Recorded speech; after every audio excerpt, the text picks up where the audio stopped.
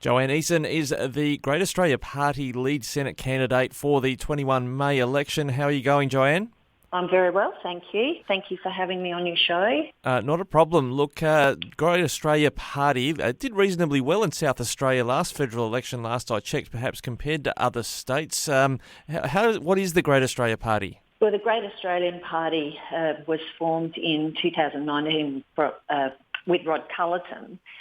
2017, Darryl O'Brien and Mike Palmer, you might know him from Know Your Rights group, and they had that group to educate Parliament and the Australians on the Commonwealth Constitution. So Rod, having been a former senator, wanted to form his own party. And so in 2019, GAP was formed, and that was to basically do the same thing, to educate people on our Commonwealth Constitution to all Australians, because it was actually written by our forefathers to stand up for the rights of all of our Australians and to protect our rights, and it underpins our laws and freedoms. So that's why he wanted to form the party, to educate everyone that we actually do have a constitution that is there to protect our rights, and we should be running under that constitution. Now, it was a pretty wild ride. I remember I was actually working in politics at the time in Canberra when Rod Culleton and a number of others were not only there but thrown out for constitutional reasons. I imagine that's partly why the Constitution is something he and your party is so passionate about. We are very passionate about it. And back in 1973, the Constitution was pretty much put aside by the government at the time, and they wrote the Australian Act. So the Constitution has slowly been pushed into the background, which has made it very hard for us, and that's why Rod is so passionate about it. And after speaking with Rod and being educated myself, it became a real passion of mine that we really need to get back under the Constitution, which is our true law, which, like I said before, protects our freedoms. Now, that's an interesting point. I guess we've been on a pretty wild ride during the COVID-19 illness and related restrictions.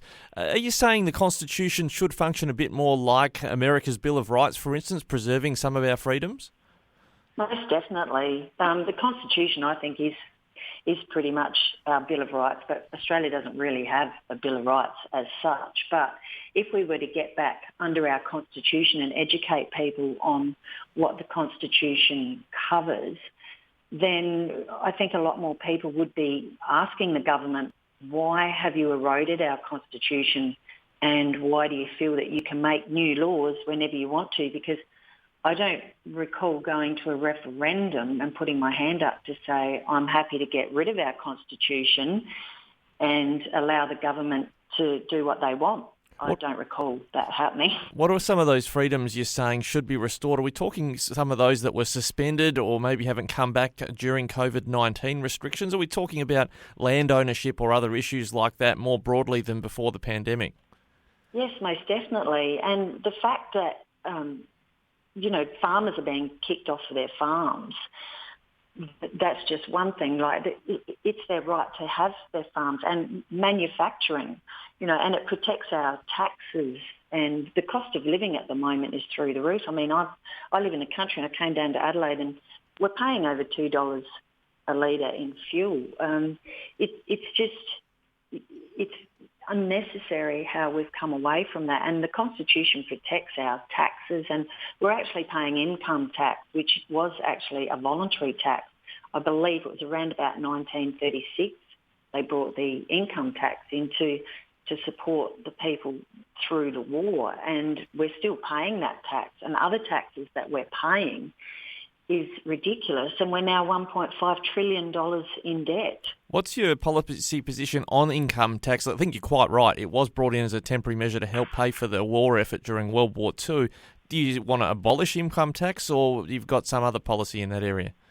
Well, we want to make it more of a fair tax, and whether we're looking at our policies at the moment, and in all our policies that are on our website, if you want to go to greataustralianparty.com.au and look up policies, all those policies have been written in relation to our Constitution, so protect us under our Constitution. And we want more of a fair tax I mean, we've got income tax, we've got the GST, and we want to look at possibly something more like a debit tax, but a tax to make it more fair for the Australians. Now, when you say debit tax, do you mean like a tax on money people have in the bank or money that changes hands in banks? It would come. We're still sort of looking at that. I mean, I'm also learning, and we're reviewing our policies at the moment, like I said. So we'd be looking at a tax that, whether it comes from the bank once you withdraw your tax, but it's to be made more fair, because at the moment we're taxed on just about everything that we do, and we need to make it more fair so that there is that tax that is taxed on once, not 2, 3, 4 times that we seem to be paying. Now, you mentioned earlier about coming from regional South Australia. Just tell us a bit about your background in regional SA. Well, I was born in Adelaide, and my father was actually a police officer, so we sort of followed him around the country. So we went to Murray Bridge in about 1973, I think, and I went to the Murray Bridge South Primary School there, so I got to experience country living in Murray Bridge for about 2.5 years, and then we moved to Port Augusta, and I went to the Wilsden Primary School there. We were there for about 2.5 years, I think, and then we came back to Adelaide. So I finished my schooling here in Adelaide, and then in 1987 I joined SAPOL, and I was here in Adelaide for around about 20 years, I suppose. And then I'd never really I hadn't ever done any work in regional SA. So I wanted to experience what it would be like working in the country. So I moved to Port Augusta 2012, and there I worked as a patrol officer. I worked at crime prevention, and I ended up working as a family violence intervention officer. And then in 2019 I moved to Port Pirie for about 2 years. So it was, I must say, my time in Port Augusta would probably be the highlight of my career in all those years. I've been I'm in my 35th year. Well, I was in my 35th year. And I guess it was a highlight because I got to meet a lot of different people, and I got to travel the country. And the far north South Australia is just an absolutely beautiful place. It changes all the time, the landscape. And working with our Aboriginal people as well was really good to get a bit of an understanding of their type of life and their beliefs, and working with community constables up there and seeing the respect that they get with their communities was that was a highlight of my career, I think, working up there. Now, Joanne, you mentioned the website, greataustralianparty.com.au. I just quickly looked at that and looked at the primary industries policies. You're talking about regional South Australia here. I'll just read this. This might be of interest to listeners. They can check that out at greataustralianparty.com.au. GAP will protect our primary industries from deregulation, native title, globalism and treaties that threaten competitiveness. Energy and water charges and other production costs will be reduced. New technologies to preserve foods, control insect pests, ensure water supplies.